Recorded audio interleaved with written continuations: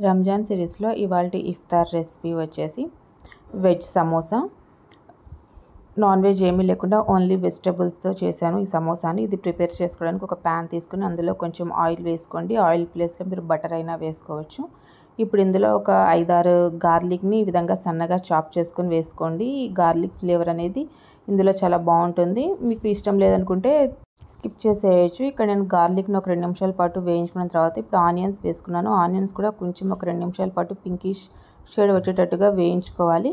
Onions కూడా బాగా వేగిన తర్వాత ఇప్పుడు ఇందులో వెజిటబుల్స్ యాడ్ చేసుకోవాలి. వెజిటబుల్స్ అనేవి ఆప్షనల్, మీ దగ్గర ఏ ఉంటే అవి యాడ్ చేసుకోండి. ఇక్కడ నేను క్యాప్సికమ్ ఒకటి ఫుల్ క్యాప్సికమ్ అయితే యాడ్ చేసుకున్నాను. ఒక క్యారెట్ బాగా సన్నగా తరిగి తీసుకున్నాను. అదేవిధంగా క్యాబేజ్ తీసుకున్నాను. క్యాబేజ్ వచ్చేసి ఒక చిన్న బౌల్ తీసుకున్నాను. ఇవి కూడా సన్నగా తరిగి తీసుకోవాలి. అదేవిధంగా స్వీట్ కార్న్ తీసుకున్నాను. ఇందులో మీ దగ్గర ఏ ఉంటే అవే యాడ్ చేసుకోండి. ఇవే వేసుకోవాలని లేదు, మీ దగ్గర బీన్స్ ఉన్నా వేసుకోవచ్చు. ఇప్పుడు ఇందులో సాల్ట్ కొంచెం యాడ్ చేసుకున్నాను. కొంచెం వచ్చేసి కారం కూడా యాడ్ చేసుకున్నాను.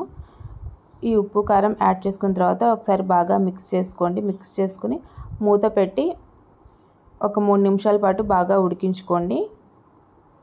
ఈ వెజిటేబుల్స్ అన్నీ కొంచెం పచ్చి వాసన పోయేంత వరకు ఉడికించుకుంటే సరిపోతుంది. మరీ ఎక్కువగా స్మాష్ అయ్యేటట్టుగా ఉడికించాల్సిన అవసరం లేదు. ఈ విధంగా వెజిటేబుల్స్ అన్నీ కొంచెం మగ్గాక ఇప్పుడు ఇందులో ఒక 1/2 టీ స్పూన్ జీరా పౌడర్ వేసుకున్నాను అండ్ కొంచెం కారం కూడా వేసుకున్నాను.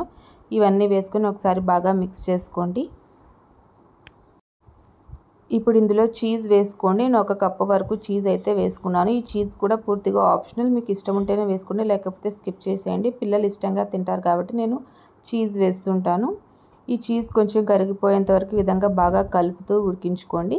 ఈ చీజ్ అంతా కరిగిపోయాక ఇప్పుడు స్టవ్ ఆఫ్ చేసేసుకొని ఈ వెజిటేబుల్స్ మిశ్రమం అంతా చల్లారేంత వరకు పక్కన పెట్టేసుకోండి. చల్లారిన తర్వాత మనం సమోసాలోకి స్టఫింగ్ చేసుకోవాలి. వేడివేడిగా చేసుకుంటే కనుక మన సమోసాలు అనేవి పాడైపోతాయి. సో ఈ మొత్తాన్ని చల్లారేంత వరకు పక్కన పెట్టేసుకోవాలి. ఈ వెజిటేబుల్స్ మిశ్రమం అంతా బాగా చల్లారిన తర్వాత ఈ విధంగా బయట సూపర్ మార్కెట్లో ఈ సమోసా షీట్స్ అవైలబుల్గా ఉంటాయి. ఆ షీట్స్లో నేనైతే ఈ ఫిల్లింగ్ మొత్తం ఫిల్ చేస్తున్నాను. ఈ స్టఫింగ్ మొత్తం ఫిల్ చేసుకుని ఈ విధంగా మైదా, ఉప్పు అండ్ పెప్పర్ కలిపిన బ్యాటర్తో అయితే క్లోజ్ చేసుకుంటున్నాను. ఈ విధంగా సమోసా షేప్లో అన్నిటిని రెడీ చేసుకొని పెట్టుకోండి. ఈ విధంగా వీడియోలో చూపిస్తున్నట్టుగా అన్నిటిని ఈ విధంగా సమోసా షేప్లో రెడీ చేసుకుని పెట్టుకోండి. ఫజీతా షేప్లో అయినా రెడీ చేసుకోవచ్చు. నేను అన్నిటిని ఈ విధంగా సమోసా షేప్లోనే రెడీ చేసుకొని పెట్టుకున్నాను. ఇప్పుడు కడాయిలో ఆయిల్ తీసుకొని ఆయిల్ కొంచెం హీట్ అయిన తర్వాత మనం రెడీ చేసి పెట్టుకున్న ఈ సమోసాలు మొత్తాన్ని ఆయిల్లో వేసుకొని మీడియం ఫ్లేమ్ మీద ఈ సమోసాలన్నిటిని ఫ్రై చేసుకోవాలి. మీడియం ఫ్లేమ్ మీద మంచి గోల్డెన్ కలర్ వచ్చేంత వరకు ఫ్రై చేసుకోవాలి. అంతేనండి, చాలా సింపుల్గా వెజ్ సమోసా అయితే రెడీ. ఈ రెసిపీ కనుక మీకు నచ్చినట్టయితే please like, share and subscribe to Shannu's kitchen. Thank you for watching.